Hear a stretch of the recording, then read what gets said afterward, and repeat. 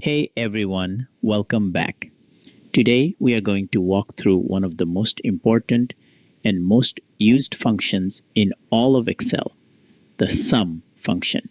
Whether you are brand new to Excel or you just want to make sure you know it inside and out, this tutorial is for you.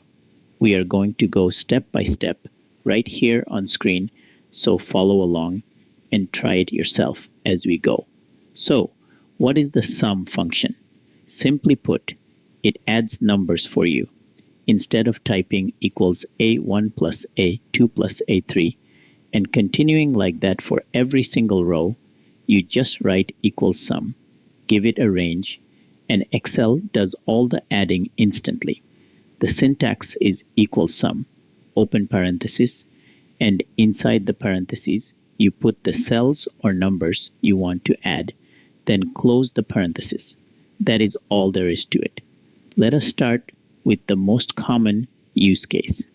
On screen, you can see a table with 5 products and their sales figures. I want to find the total sales across all 5. I click on the cell in the total row, type equals sum, open parenthesis, then I click the first sales value and drag down to the last one.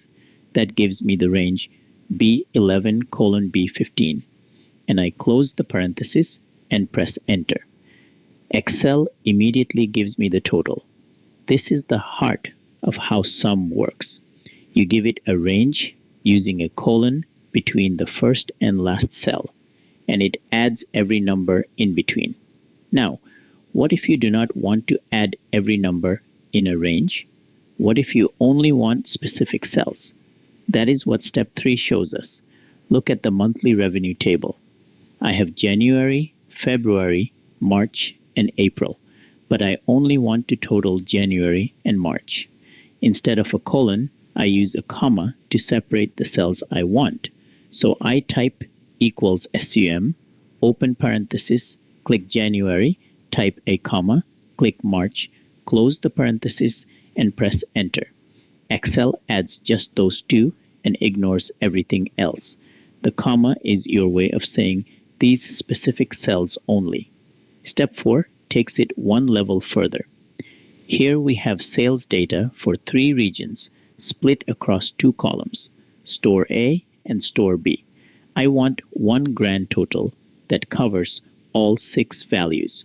The formula is equals sum, open parenthesis, then I select the Store A range, type a comma, then select the Store B range, close the parenthesis, and hit enter. One formula, 2 separate ranges, 6 numbers, all summed in a single result. This is exactly how you would build a real financial report. Now let me share a few tips that will save you time. First, you do not always need to type the formula manually. If you press Alt and the equal sign at the same time, Excel instantly inserts a sum formula and guesses the range based on the numbers around your cursor. It is the fastest way to sum a column. Second, sum automatically ignores text and blank cells.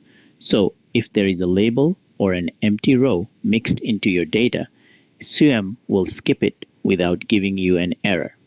Third, if you want to sum an entire column, no matter how many rows get added later, just write equals sum and use the full column reference like B colon B. Let me also warn you about 2 common mistakes. The first one is numbers stored as text. If you look at a column and the numbers are left aligned instead of right aligned, they are probably being treated as text, not numbers. And SUM will return 0 or an incorrect total.